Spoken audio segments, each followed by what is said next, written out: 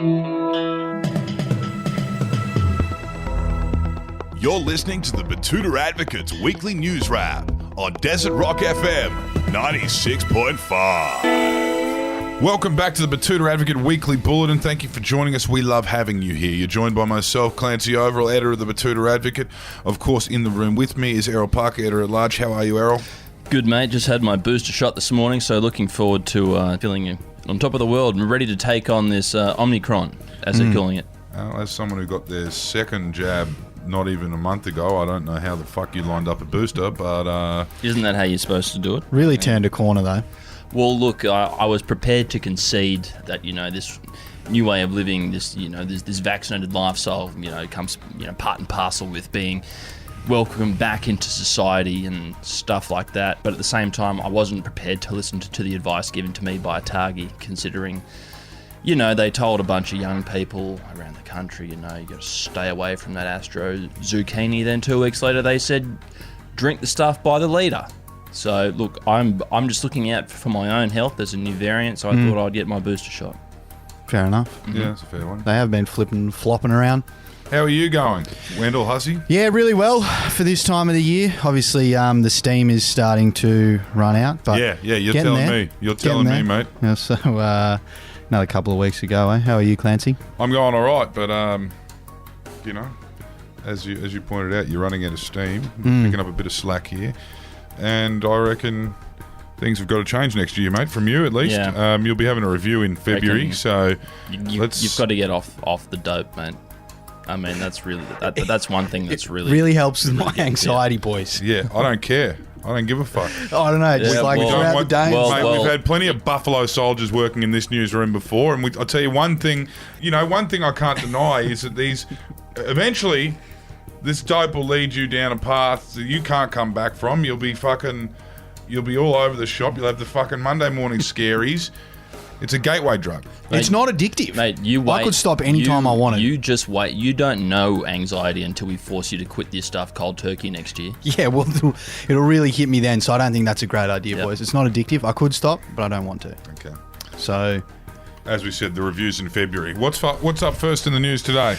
Well, it is done and dusted for the year for our politicians down in Canberra, and one of the stories to round out the week on that one was about the Liberals denying that talent is running thin within their party as the entire cabinet gets replaced by nameless Morrison lookalikes. Yeah, the final sitting week of federal parliament has come and gone, and it was an eventful one, that's for sure. Not in the sense of a lot of legislation being passed or progress being made on things like housing, the pandemic, or climate change, but in the sense of the government losing cabinet and former cabinet ministers. But it was eventful in the sense that the government lost 3 of Morrison's closest allies in the shape of Health Minister Greg Hunt, former Attorney General Christian Paid Leave Porter, and of course Alan Tudge. He was stood down against his own will because of abuse allegations, so things are looking great there. And that means a few portly, middle-aged white men are set to be given promotions. But the government says that these random, faceless blokes getting the nod doesn't mean that they are running thin on talent. The Prime Minister has reassured us all that the nation is in good hands, saying, quote, "We've got plenty of middle-aged white blokes who spend every Sunday worshipping Jesus in a giant air-conditioned aeroplane hangar while some virgins with goatees play electric guitar on the stage." That is the modern Australian. That is the quiet Australian. When I did see that photo of all of the nameless backbenchers, I thought it was actually a gout awareness podcast. I wasn't particularly familiar with any of them, other than the fact that, Keith Pitt, I knew of him. He was the guy that somehow got a job by denying climate change all through the net zero negotiations and managed to get a start in the cabinet out of that. Well, it was either a gout awareness podcast or a face of, go and get your colonoscopy campaign. And not to mention the RSL tan that a lot of these men tend to carry, the Barnaby Joyce kind of... not too many teetotalers. Yeah, it looks like they... some prominent veins across the cheeks. Which makes getting a colonoscopy all the more important. Correct. So, if you need one, go and get checked up. Now, that whole situation has left a senior Liberal figure questioning what he's going to be doing going forward. Josh Frydenberg has stared long and hard at a poster advertising a job opening at Ray White Hawthorn. Yes, as the Liberal Party's brain drain continues, one of the last MPs holding on with both hands is Treasurer Joshua Frydenberg, but he's faced a big test this week. He certainly has. The member for Kooyong was reportedly considering whether it was worth it all after seeing a sign advertising a job agency as a real estate agent in his home electorate. After a rather full-on year, Frydenberg thought the idea of opening doors and talking shit to rich people for the next couple of decades was quite a tantalising one, and one that he certainly won't rule out. Probably make more money in property than he would in politics, I'd say. He's proven that he's pretty good at securing risk-free assets for the nation's most privileged boomers and foreign investors, so maybe he is a walk-in star. Well, mate, you can make more money being a group manager of a bunch of McDonald's. I mean, politics is really the last refrain of the dumb cunt. I mean, if you can't do anything in life, including teaching, you can always be a politician. Absolutely. And it doesn't pay as well as... No. It doesn't pay as well as a real estate agent, hence why they are patting themselves out with, private contracts for all of their mates and jobs for life afterwards. He'll just have to learn to hustle if he wants to take it up, Josh Frydenberg there. Now a change of pace, and a local dad's Spotify yearly wrap has given the perfect summary of what a year in lockdown with toddlers looks like. A bit of excitement for a lot of social media users over the past few days, with Spotify giving them the opportunity to share their musical taste with their friends and followers. However, for one local man, his yearly Wrapped didn't really do it for him. No, Peter Lewisham from The Height said the data on what music he listened to actually reminded him that it was a pretty grim year. The father of two young girls under the age of 4 said his most played song for 2021 was Do You Wanna Build a Snowman? From the riveting child's musical Frozen about the princesses. He said he'd played nearly 5,000 hours of the Wiggles as well since Christmas. So a lot of Moana in there as well. All power to him.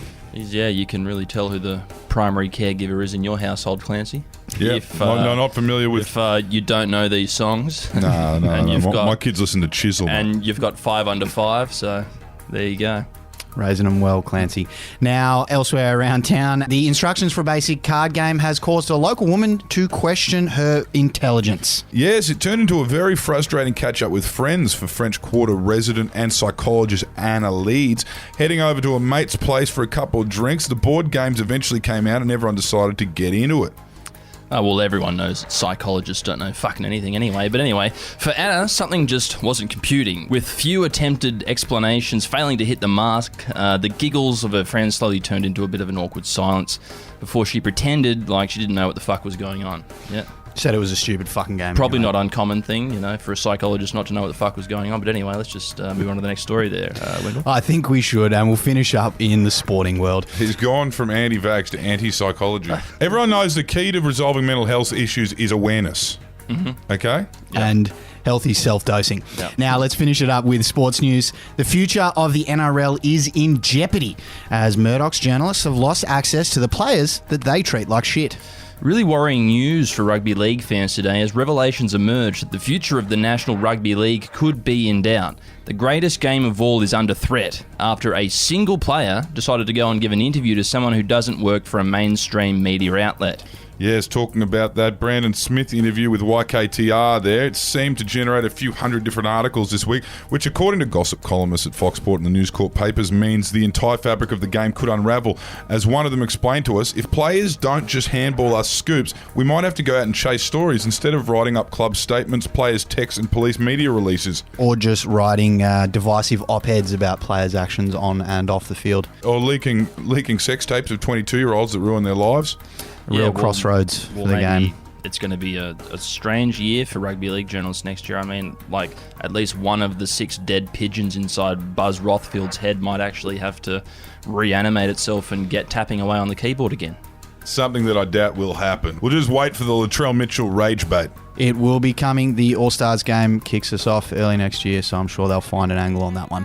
Anyway, that's where we'll leave you for this week. Have a good weekend. Talk to you soon. Bye-bye. Hooroo. Ciao.